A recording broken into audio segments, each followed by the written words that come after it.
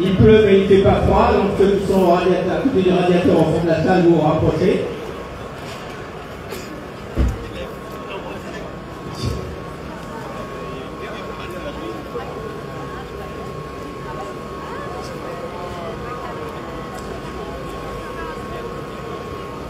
Bon, souvenez-vous, début d'un mandat présidentiel, que ce soit le mandat présidentiel du président de la République ou celui du président de la SNCF, l'égalité professionnelle, la mixité, la lutte contre les violences sexistes et sexuelles, c'était la grande priorité, la priorité des priorités.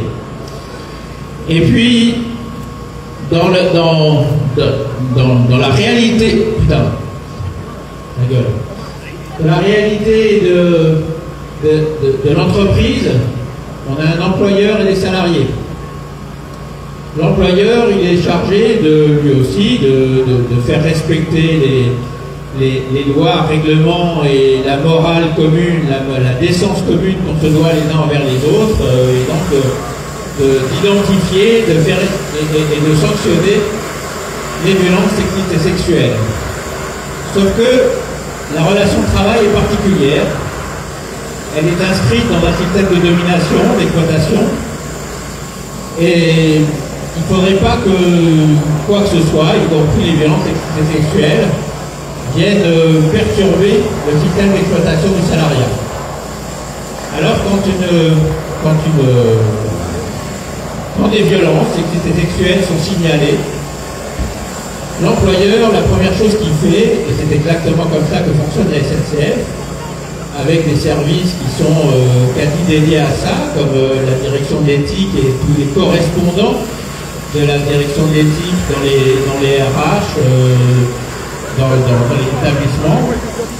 La première chose que fait l'employeur, c'est de voir dans la situation qui lui est remontée ce qu'il y a à sauver, si j'ose dire, pour la bonne marche de l'entreprise, c'est-à-dire la bonne marche de l'exploitation du salariat. Et lorsque ce qu'il y a à sauver nécessite que l'agressé, que la victime devienne la harceleuse, parce que c'est quand même souvent dans ce sens-là, c'est une agressée et un agresseur, c'est pas systématique, mais c'est majoritairement dans ce sens-là.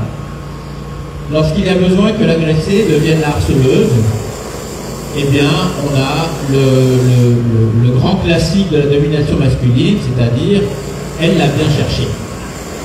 La femme salope, entre guillemets. Je n'attribue pas ce terme-là, mais c'est comme ça qu'il est pensé. Et puis, rappelez-vous, le manifeste des 343 salopes était revendiqué, le stigmate a été revendiqué à l'époque par rapport à la dépénalisation de l'avortement. Et c'est exactement ce qui se passe là.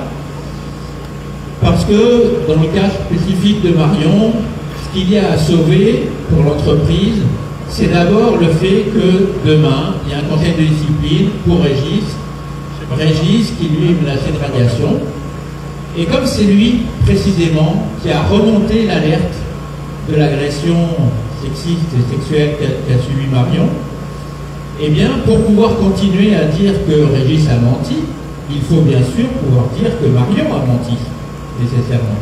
Et que du coup, eh bien c'est elle qui est alors ce qui est amusant, c'est qu'on dit à la fois qu'elle a menti et en même temps qu'elle a provoqué ce qu'elle a subi. Parce que figurez-vous qu'elle est tactile, Marion. C'est le comble de la provocation.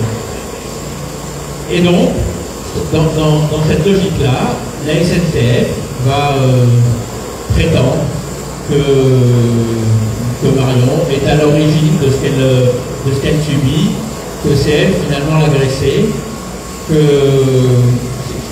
c'est le discours très très classique malheureusement de la domination masculine, que c'est elle qui provoque les mecs, qui abuse de la fragilité de ces mecs qui ne savent pas se retenir, et donc c'est elle qui mérite une sanction. Alors aujourd'hui, elle rentre dans le conseil de discipline. Fort heureusement, la radiation a été abandonnée, elle ne reste pas la radiation, mais elle reste quand même, elle reste sanctionnable, donc c'est elle qui est la fautive, qui est la responsable de ce qu'elle subit. Et ça, ce système-là, cette logique-là, C'est évidemment une logique que nous, à FEDRAI, nous combattons. Nous combattons avec Marion, que nous combattons avec d'autres exemples qui se sont déroulés un peu partout sur les zones de vos syndicats respectifs et qu'il faut vraiment briser et qui est intimement lié à la position, à la posture de l'employeur vis-à-vis des salariés, où encore une fois, il arrive à la SNCF de sanctionner des agresseurs. Et c'est parce que dans le raisonnement qu'elle fait, dans l'analyse qu'elle fait de la situation, à ce moment-là, c'est ça qu'il y a à sauver pour elle, c'est, souvent, du coup, l'agresseur, quand il est sanctionné, c'est parce qu'il représente quelque chose d'autre que simplement un agresseur de violence sexuelle, et que c'est ça qu'on va sanctionner derrière, et on profite, si j'ose dire, de l'agression sexuelle pour le sanctionner. Parce que lorsque la SNCF a autre chose à sauver, eh bien, encore une fois, c'est la victime qui devient la responsable de cette chose. Et voilà, c'est ce que je peux dire pour la fédération, c'est que nous sommes là aujourd'hui pour Marion, et nous serons là demain et après-demain pour toutes les situations équivalentes où la victime est transformée en agresseuse. Parce qu'encore une fois, très majoritairement, c'est une victime et un agresseur.